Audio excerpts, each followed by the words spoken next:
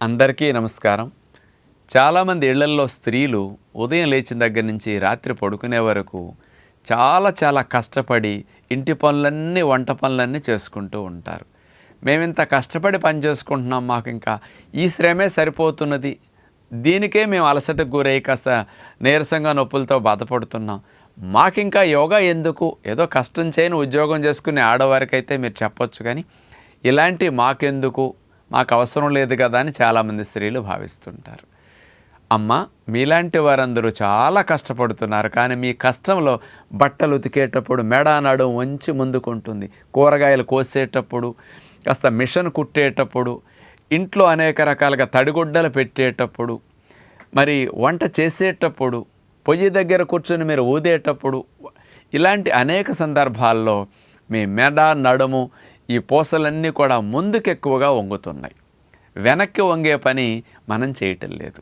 అంచేత ఇలా ఇంట్లో కష్టపడి పనిచేసుకునే స్త్రీలకు కూడా కొన్ని సంవత్సరాల తర్వాత మెడ నొప్పులు, నడు నొప్పులు, disc problem, sciatic pain, lower back pain ఇలాంటి సమస్యలు వచ్చి చాలామంది ఆపరేషన్ల వరకు వెళ్ళవలసిన స్థితి వస్తుంది. కొంతమందికి ఆ సమయంలో మీరు ఇలాంటి వంచే పనులు, మీరు కింద కూర్చునే పనులు, ముందుకు వంచే పనులు ఏమీ చేయకూడదని డాక్టర్లందరూ చెప్పిన తర్వాత మరి మిగతా శేష జీవితం మనం కష్టపడాలంటే మీ శరీరం సహకరించదు.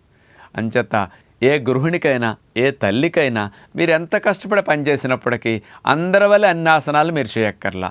మెడ నొప్పి, నడు నొప్పి, డిస్క్ ప్రాబ్లం, సయాటిక్ పెయిన్ ఇలాంటివి రాకుండా ఒక 5-6 ఆసనాలు మీకు తప్పనిసరిగా ప్రతిరోజు చేయగలిగితే మీరు 18 గంటలు 15 గంటలు కూర్చొని ముందుకు వంగే పని చేసిన, మిషన్ కుట్టడమే మీ వ్యాపారం, మీకు మెడ నొప్పి రాకూడదు.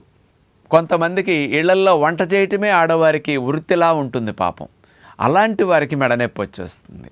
మరి ఇలాంటివి రాకుండా ఉండాలంటే ఒక్క యోగాసనాలు మీకు సహకరిస్తే తప్ప ఏ వ్యాయామాలు సహకరించవు.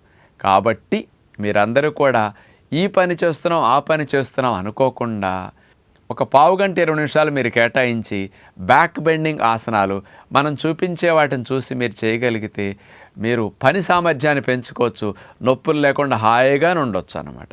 అందుకని మీరు ఎక్కువ కాలం బాగుంటే కుటుంబం అంతా బాగుంటుందని స్త్రీలందరికీ విజ్ఞప్తి చేస్తూ యోగా చేయండి, పిల్లల చేత చేయించండి. నమస్కారం.